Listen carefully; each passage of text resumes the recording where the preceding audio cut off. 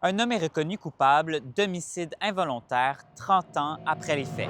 On parle ici de la mort de Patricia Ferguson, disparue sans laisser de traces en 1996. Patricia est partie, es-tu morte? On aimerait ça faire notre deuil, mais rien.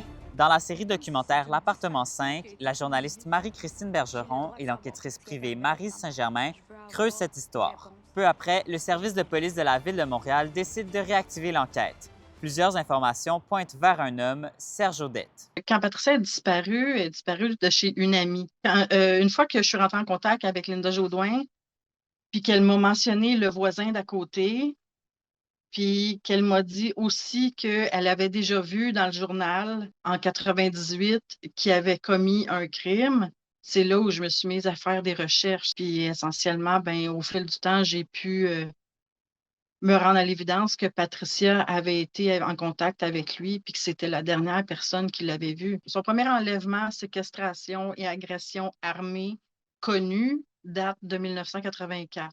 Ensuite, en 87, il a enlevé une personne, une femme qui marchait sur la rue. Puis après ça, ben, ça c'était en 87. Puis ensuite, on sautait en 98 où il s'en était pris à une jeune caissière de dépanneur. Arrêté en 2023, Serge Audette a finalement été reconnu coupable lundi. Une des choses qui a pesé dans la balance lors du procès, c'est que Serge Audette aurait avoué le crime à un ancien co-détenu. La couronne demande donc la prison à perpétuité.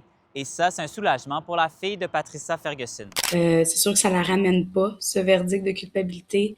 Mais le fait qu'il mentionne que oui, elle serait revenue, c'est que peu importe le milieu d'où elle vient, qu'est-ce qu'elle avait comme une sorte de vie, une chose est sûre, c'est qu'elle voulait être une mère pour moi. Il faudra être patient avant de savoir la longueur de la sentence. L'observation pour la peine est le 9 octobre prochain.